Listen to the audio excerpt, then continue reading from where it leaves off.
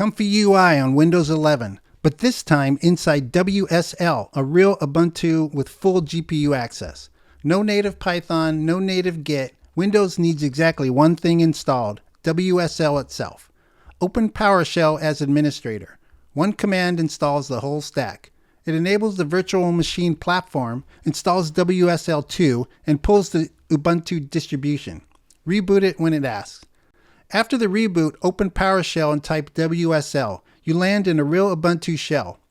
First thing to notice, the GPU already works. The Windows driver passes it straight through. You never install a Linux driver. Now the Linux side.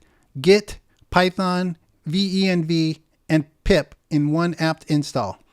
Quick check, Git and Python are in. Pull ComfyUI down from GitHub and step into the folder.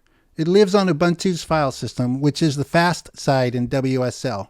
Ubuntu ships a newer Python than ComfyUI wants, so add the deadsnakes PPA, the standard source for extra Python versions. Refresh the package list, and install Python 3.13 alongside the system one. Create the venv with 3.13 so the system Python stays untouched. Activate it, and the prompt confirms you are on 3.13. Then PyTorch from the CUDA index. A plain install silently gives CPU-only wheels and generations crawl, and the requirements file pulls in the rest. This is the longest wait of the install. Now launch with the listen flag.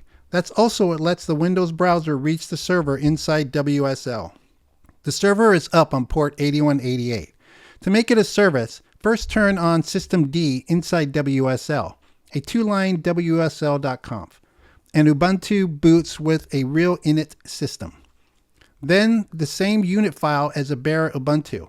It runs ComfyUI from the virtual environment and restarts it if it dies. Reload the daemon and enable the service. Last piece, WSL itself has to start at boot. A task scheduler task runs Ubuntu at system startup, whether anyone is logged on or not. Run it once to test. And the whole chain comes up. Windows boots, WSL starts, ComfyUI serves. If you have any questions, comment below. See you in the next one.